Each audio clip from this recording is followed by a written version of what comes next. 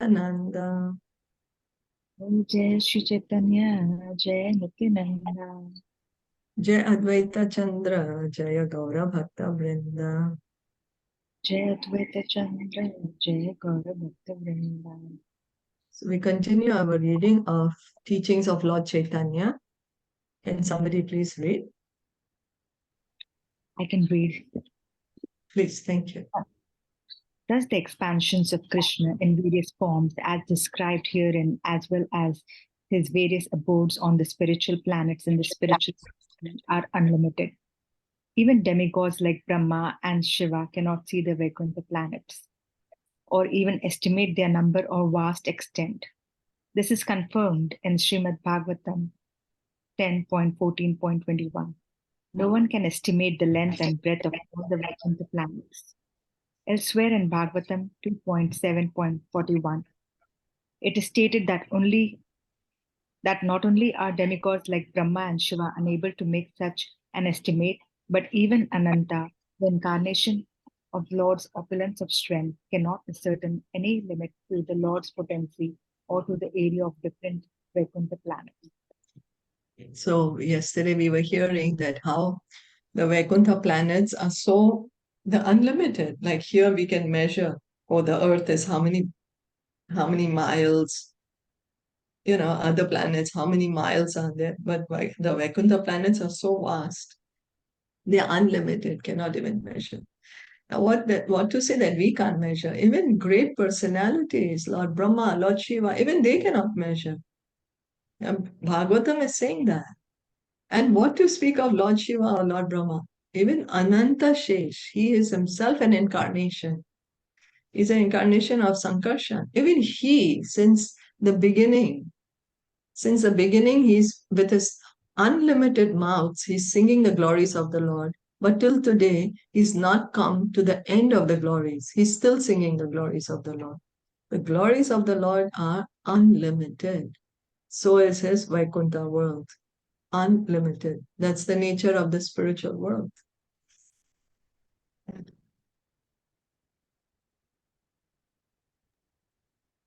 Again, Srimad Bhagavatam 10.14.21. One of the prayers of Brahma is very convincing in this connection. O my dear Lord, O Supreme Personality of Godhead, O Super Soul, O Master of all mystic powers, no one can know or explain the extent of your Vaikuntha planets or how you expand your Yodhamaya energy throughout the three worlds. And a few verses earlier, Srimad Bhagavatam 10.14.7, Brahma prays. Gun Atmanaste Pi Gunan Vimatani Pita Viktar Nashyata Ishi Te Ashya Kalena Yeva Vanitta Sukalpe Yupam Stava Kidnihika Dyupashara. Scientists and learned men cannot even measure the atomic constitution of a single planet. Even if they could count the molecules of snow in the sky or the number of stars in space, they could not understand how you descend to this earth or in this universe with your innumerable transcendental potencies and qualities. In Srimad Bhagavatam 2.7.41, Lord Brahma informs Narad that none of the great sages born before Narad, including Brahma himself, can measure the extent of the Supreme Lord's potency.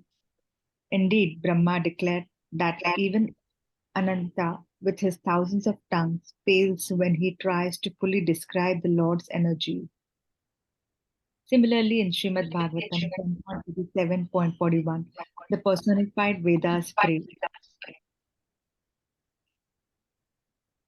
Dhyupataya eva tena yayur antam anantaya tvam api yad antaranda nichaya manasa varvanamha.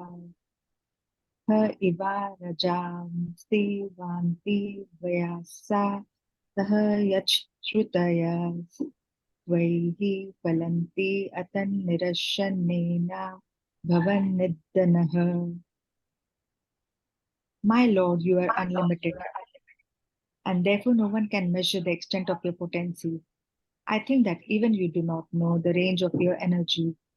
An unlimited number of planets float in the sky, just like atoms, and great Vedantists who are engaged in research to find you discover that everything is different from you. At last, they can conclude that you are everything. So these verses, few of these verses, Srimad Bhagavatam, Canto 10, Chapter 14, they are spoken by Lord Brahma to Krishna. After the Brahma Vimohan Leela, it's a very beautiful Leela. When we come to the 10th canto, we will hear how Brahma was trying to test Krishna that, oh, this small boy, how can he be my Lord? No, no, no, he cannot be my Lord. And so he stole Krishna's cows and friends. And but how Brahma himself got tricked by Krishna when he said, oh my God, I stole them. But here, all the cows and the boys are here. Krishna, in fact, tricked Brahma. It's called Brahma Vimohan Leela. After that, Brahmaji, after he realized, oh my God, I've been such a fool. This is my Lord himself. Then he offers beautiful prayers to Krishna. And he says now, as the few verses that we read, that no one can count the glories. What to speak of Lord Brahma, Narad Muni, no one can come to the end of, no one can completely understand the glories of the Lord because he's unlimited. And Brahmaji is saying, even Ananta Shesh cannot, as we just said, since time memorial, he is singing the glories of the Lord. Till today, he's singing the glories of the Lord. So then Brahmaji is saying, that how are these planets floating? It's all Krishna's energy. It's because Krishna has these different energies. It's like atoms in the sky. The planets are like atoms from Krishna's point of view, because for us, it's like, oh wow, one universe is so great. But all these universes are like mustard seeds on the head of Ananta Shesh, no? So everything belongs to Krishna. There is nothing or no one that does not belong to Krishna. And our thinking that something or someone does not belong to Krishna, that is Maya. Maya is when we think anything does not have connection with Krishna, that is Maya. So when it's read that at last they conclude you are everything, it doesn't mean that Krishna has become the mountain, Krishna has become the flower, Krishna has become the human being. And that's so then Krishna does not exist anymore. No, the way to understand is Krishna is eternally a person and everything is his energy. The mountain, the flower, the bird, the human being, everything is Krishna's energy. Yeah. Is that okay? Yes. Okay. So we'll continue then. When Lord Krishna was within this universe, Brahma played a trick on him in order to confirm that special cowherd boy in Vrindavan was actually Krishna himself. By his mystic power, Brahma stole all the cows, calves, and cowherd friends of Krishna and hid them. But when Brahma returned to see what Krishna was doing alone, he saw that Krishna was still playing with the same cows, calves, and cowherd boy. By his Vaikuntha potency, Lord Krishna had expanded all the stolen cows, calves, and friends. Indeed, Brahma saw millions and billions of them. He also saw millions and billions of herding sticks and fruits, lotus flowers, and horns. All the cowherd boys were wearing different clothes and ornaments, and no one could count their vast numbers. Then Brahma saw each of the cowherd boys become a four-handed Narayan, and he also saw innumerable Brahmas from different universes offering obeisances to the Lord. He saw that all these personalities were emanating from the body of Krishna, and after a second, entering into his body. Lord Brahma became struck with wonder by this extraordinary feat of Krishna, and in a prayer he stated that although anyone and everyone could say they knew all about Krishna, as far as he was concerned, he did not know anything about him. My dear Lord, he said, the potencies and the opulences you have exhibited just now are beyond the ability of my mind to understand. So this is the Brahma Vimoha Leela, where Brahmaji was going to trick our Krishna, taking away his friends and his cows. But instead, Brahmaji got so bewildered. Oh my God, I stole these cows and these boys, but how come there are all these cows and boys here with Krishna? And when Brahma went to see the cave where he had hid the boys and calves, he saw that, oh, they are there. And but here they are outside with Krishna because Krishna expanded himself to as many boys and as many calves. Everyone is coming from Krishna. And then Brahmaji saw from Krishna's body coming out all the various Narayan forms. And they are again going back in Krishna's body. It goes to show that Ete Chamsa Kalapamsa Krishnastu Bhagwan Swayam. There are so many expansions, so many incarnations, but Krishna is the original personality of Godhead. He's the original form of God. All incarnations are coming from him. Yes, and Brahmaji also saw all the other Brahmas. It's not that only our universe has a Brahma. Our universe, in fact, is the smallest universe. And that's the reason our Brahmaji has only 4 heads. They are bigger universes. So the Brahmas over there have 10 heads, 100 heads, 1,000 heads, 10,000 heads, depending on the size of the universe. And they are all offering obeisances to Krishna. And so Lord Brahma is saying,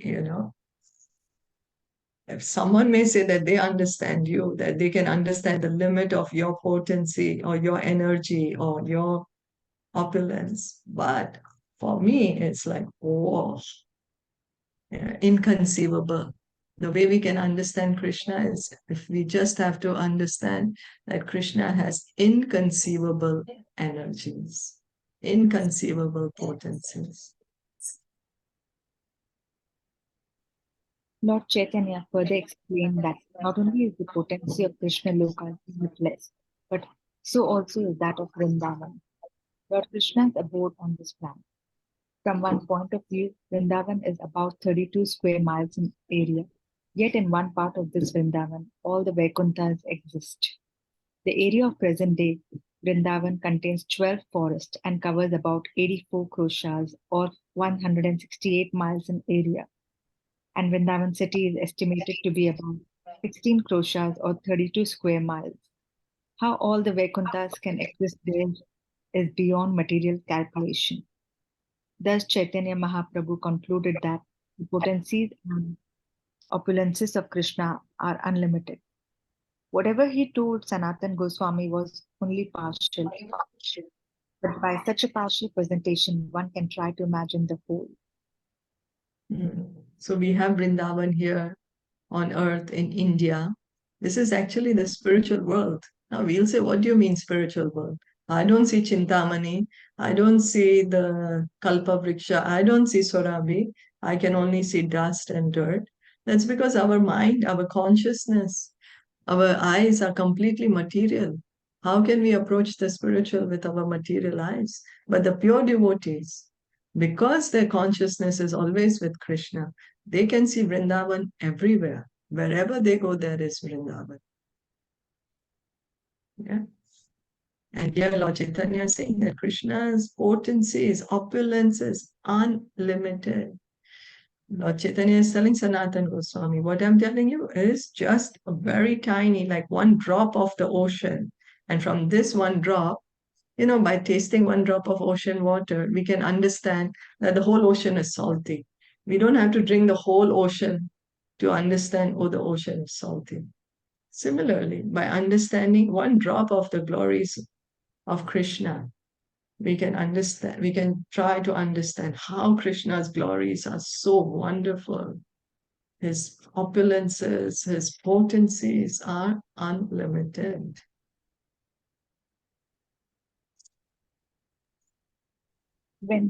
While Lord Chaitanya was speaking to Sanatana Goswami about the opulences of Krishna, he became deeply immersed in ecstasy. And in that transcendental state, he recited a verse from Srimad Bhagavatam 3.2.21, in which Uddhava, after the disappearance of Krishna, told Vidura, Swayam tva asamya sayas Sri Adishah Swarajya Lakshmi Apta Mustakama Balim Harad Chira Lokapale Kirita Koti Dita Padapi Daha. Krishna is the master of all demigods, including Lord Brahma, Lord Shiva, and the expansion of Vishnu within this universe. Therefore, no one is equal to or greater than him, and he is full in six opulences. All the demigods engage in administration of each universe of their respectful obeisances unto him. Indeed, the helmets on their heads are beautiful because they are decorated with the imprints of lotus feet of the Supreme Lord. It is similarly stated in Brahma Samhita 5.1 that Krishna is the supreme personality of Godhead, and no one can be equal to or greater than him. That is Brahma's conclusion. Although the universal rulers, Brahma, Shiva, and Vishnu, are masters of each and every universe, they too are servants of the Supreme Lord Krishna.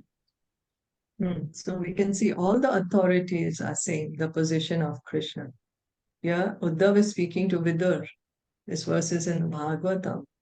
That Krishna is the master of demigods. Brahmaji, he's the secondary creator. He's the most powerful personality in this universe. Yet, Brahmaji accepts Govindam Adi Purusham, Tam Aham Vajam.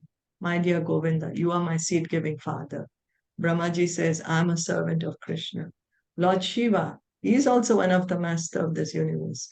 He also says that he is a servant of Krishna. And similarly, Lord Vishnu too, Brahma, Vishnu, Mahesh, they all know that Krishna is the supreme personality of Godhead. There is no one equal to or greater than Krishna. There is no one equal to or greater than Krishna. Krishna is full in six opulences. Does anyone know what the six opulences are?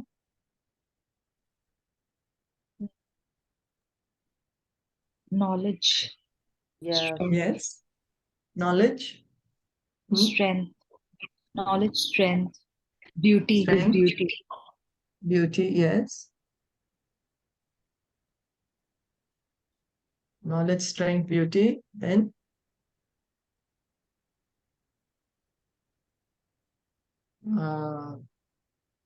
fame. fame, yes, Fame, then wealth. Wealth and renunciation. So these six opulences, someone may have to a certain degree, someone may have to a more degree, but Krishna has them in full. Nobody has them to the extent that Krishna has them. No one can say, I'm greater than God. No, God is the greatest. No one can say, I'm richer than God. God is the richest. No one can say, I have more knowledge than God. No, God has the most knowledge. It's Krishna. So what is the position of the demigods? The demigods, they are, what do they engaged do? in action. Yes, just like in a government, there are various ministers. There is Minister of Transport, Minister of Agriculture, Minister of Education, Minister of Electricity. Similarly, the demigods, they have their own departments. The sun god, the moon god, Indra, Lord Shiva, Lord Brahma. They have their own departments and they all are doing service for Krishna. Right? They are engaged in the administration of the universe as a service to Krishna. So Brahma Samhita is also saying no one is equal to or greater than Krishna. So we see we are hearing the authority. It's not that somebody is just making up from their mind and speaking anything. No. What we are hearing is what the Shastras are saying, what the Sadhus are saying, and what the Guru is saying. They all have to be the same, Sadhu, Guru, and Shastra. So if anyone speaks about some spiritual knowledge, we should question, my dear sir, where is this reference coming from? Who has spoken it? Which other great devotees have spoken that? That's the way to receive, to hear spiritual knowledge. So no one is greater to or equal than Krishna. Brahma, Vishnu, Mahesh, they are also servants of Supreme Lord Krishna. Any questions or comments till now? No, all good. Just beautiful. Beautiful, right? Yeah, thank you. Thank you. So we'll continue reading. As the cause of all causes, Lord Krishna is all the cause of Mahavishnu, the first of the incarnations who control this material creation. From Mahavishnu comes Garbhodakshai Vishnu and Kshirodakshai Vishnu, Kshirodakshai Vishnu. Thus, Krishna is the master of Garbhodakshai and Kshirodakshai Vishnu, and he is also the super soul within every living entity in the universe. The Brahma Samhita 5.48 states, by Mahavishnu's breathing, innumerable universes are produced. In each universe, there are innumerable Vishnu tattvas. But it should be understood that Lord Krishna is the master of them all, and they are but his partial planetary expansions. So here we can see Lord Chaitanya is giving knowledge to Sanatana Gosvāmī. Lord Chaitanya, who is Krishna himself, he's God himself. Even he is quoting the Shastras. Even he's quoting authority. Lord Chaitanya is not telling Sanatana, because I'm saying you listen. No, he's also quoting Bhagavatam. He's quoting Brahmaji in Brahma Samhita. He's quoting all the authorities. So Krishna Sarva Karana Karanam, Ishvara Parama Krishna Sachidananda Vigraha, Anadiradir Govinda Sarva Karana Karanam. Brahmaji says that in Brahma Samhita. So then we heard in Bhagavatam about the Purusha incarnations. How Mahavishnu, he lies down on this Karana ocean, causal ocean. From his breathing comes out, from his body, when he breathes out, comes out unlimited number of universes. This is how the material world is created. And then Mahavishnu, he expands himself as Garbhodakshai Vishnu, and he enters into each and every universe as Garbhodakshai Vishnu. Then Garbhodakshai Vishnu, he enters into every atom of the universe as Kshirodakshai Vishnu. It is this Kshirodakshai Vishnu that's the Paramatma in the heart of every living entity. It's this Kshirodakshai Vishnu that lives inside every universe on a Shvetadvip, on ocean of milk. And whenever there is any disturbance, Lord Brahmaji approaches this Kshirodakshai Vishnu. And then this Kshirodakshai Vishnu, he will come as an incarnation. So who's the master? Who's the origin of Mahavishnu, Garbhodakshai Vishnu, Kshirodakshai Vishnu? Lord Krishna. That's right. So Krishna is the Paramatma in our heart. We also learned in Bhagavad Gita, chapter 13, text 23. Krishna is saying, I'm the overseer, I'm the permitter. He's the Paramatma in the heart. He says, from me come knowledge, remembrance, and forgetfulness. Krishna is the Paramatma in our heart. He's giving us the intelligence, he's giving us knowledge. Yeah, so that's Krishna's supermost excellent position. Maybe we can have time for one more hour, I think.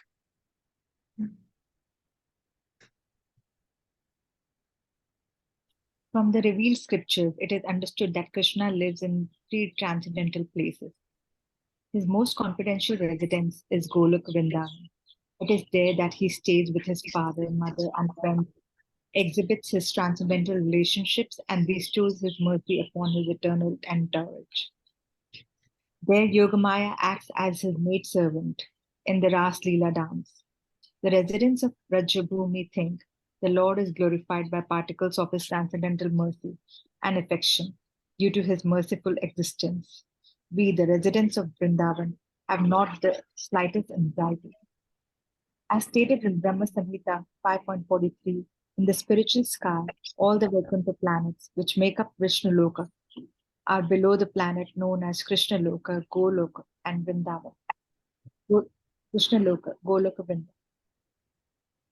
On that supreme planet, the Lord enjoys his transcendental bliss in multiple forms, and all the opulences of the Vaikunthas are fully displayed on that one planet.